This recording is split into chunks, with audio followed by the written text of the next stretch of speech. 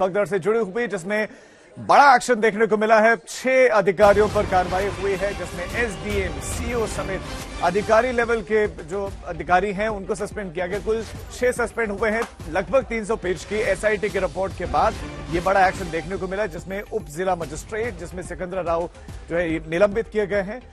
वहां पर सीधे सीधे प्रशासनिक लापरवाही सामने आई है। एसआईटी की रिपोर्ट में भी इस बात का उल्लेख है कि प्रशासनिक लापरवाही की वजह से ये बड़ा हादसा हुआ, जहां 121 लोगों की 2 जुलाई को मौत होती है।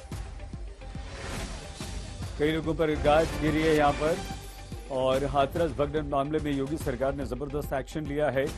कई प्रशासनिक अधिकारियों को निलंबित कर दिया गया है। 6 अधिकारी हैं और एसआईटी ने अपनी रिपोर्ट दी और उसके बाद इन 6 अधिकारियों को निलंबित किया गया है।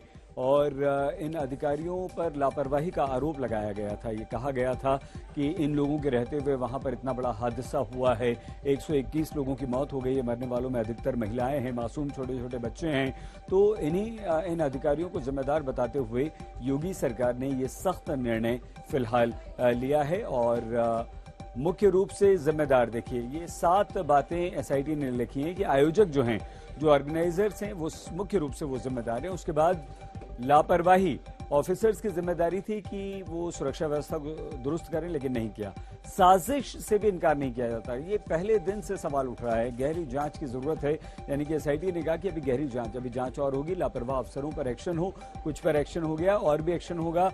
आयोजकों ने तथ्य छुपाए, तथ्य जैसे कि वहां 2.5 लाख लोग आ गए, 80,000 का इंतजाम था, लाखों लोग बुला लिए गए, इंतजाम नहीं किया गया।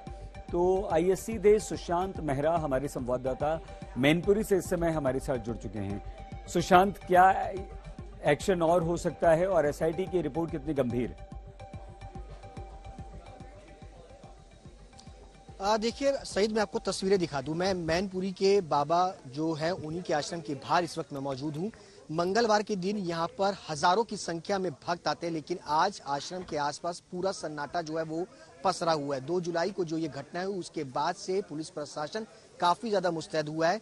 एसआईटी की जो रिपोर्ट आई है उसमें साफ तौर पे लिखा गया है कि जो आयोजक है वो इसके लिए मुख्य तौर पर जिम्मेदार माने गए हैं। यानी जिन्होंने ये इस पूरे कार्यक्रम को आयोजन किया था। 80,000 की भीड़ बताई गई थी, लेकिन 2.5 लाख के आसपास लोग पहुंचे, भगदड़ हुई, 125 लोगों की जान गई। उसमें मुख्य तौर पर अगर कहा जाए तो आयोजक जो है वो एक महत्वपूर्ण रूप से जिम्मेदार है। और उसके बाद अगर बात की जाए तो कई सारे अधिकारी, 6 अधिकारियों को सस्पेंड किया गया है। एरिया के जो एसडीएम है उनको सस्पेंड किया गया है, जिन्होंने इस पूरे मामले को लेकर के परमिशन दी थी आयोजन की।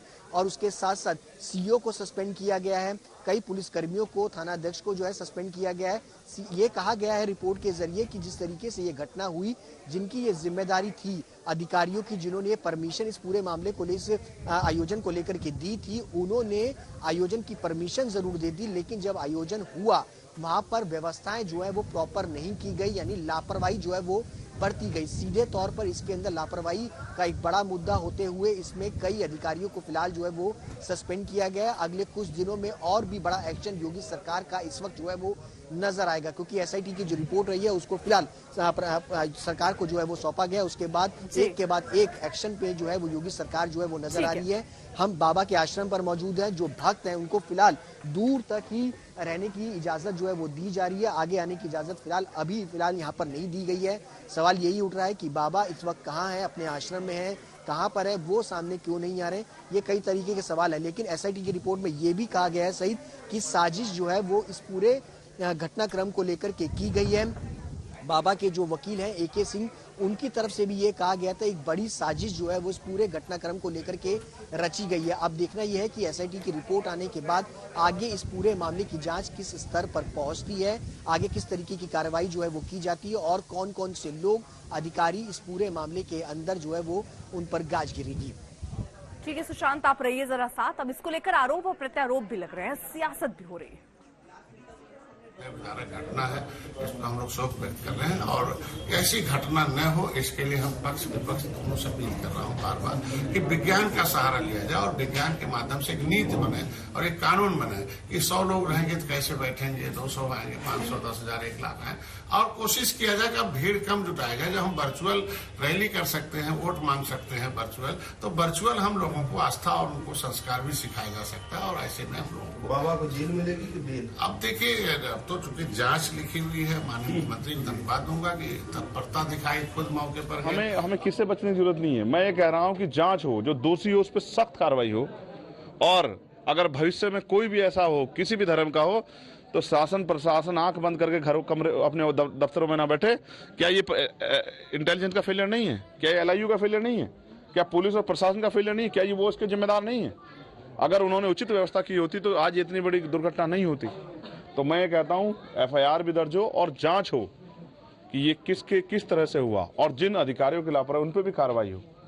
क्योंकि अगर आयोजनों में, इस तरह के आयोजनों में लापरवाही बढ़ती जाएंगी तो फिर इसका खामियाजा ऐसे ही मौत के तांडव के साथ जनता को भुगतना पड़े। इतनी दुखद घटना है और निश्चित ही ये नहीं होनी चाहिए, हम लोग भी इस बात को कहते हैं। लेकिन मैं इतना ही कहना चाहूँगा, बहुत सीनियर लीडर हैं, कम से कम इस तरह की घटना पे तो हम लोग राजनीतिकरण न करें। और जैसा कि माननीय मुख्यमंत्री ने, प्रधानमंत्री जी ने 2-2 लाख रुपए की घोषणा तत्काल किया, घायलों को 50-50 हजार रुपए जो सहायता राशि दी है, उसके साथ साथ भी जो सरकार की योजनाएं चल रही हैं उनसे उन परिवारों को जोड़ने का काम किया जा रहा है। तो मैं समझता हूँ इस पर राजनीतिकरण करके हमें परिवारों की मदद करनी चाहिए। अभी न्यायिक प्रक्रिया में जांच चल रही है, जांच जब तक पूरी नहीं आ जाती तब तक क्लीन चिट देना और न देना, मैं समझता हूँ कि मैं इस बात से सहमत नहीं हूँ।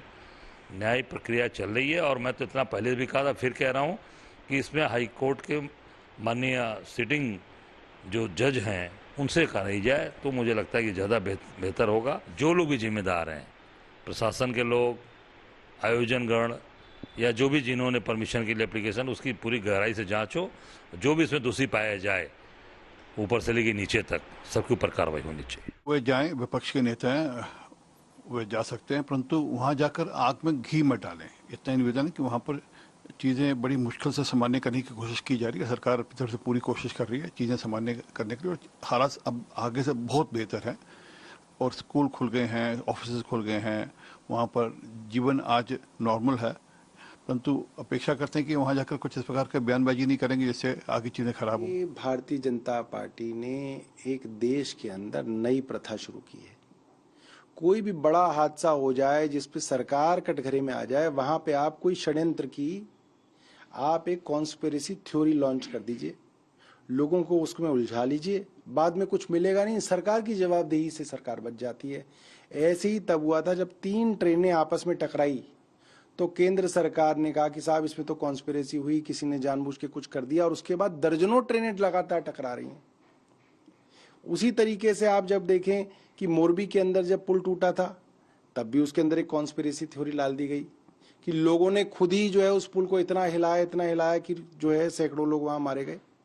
तो उसी तरीके से बाबा भी सीख रहे हैं केंद्र सरकार से कि भाई किसी चीज पे डाल दो कि किसी और ने किया था, तो किसी और को ढूंढते रहो, तब तक जो है आप इस समय से बच जाएंगे।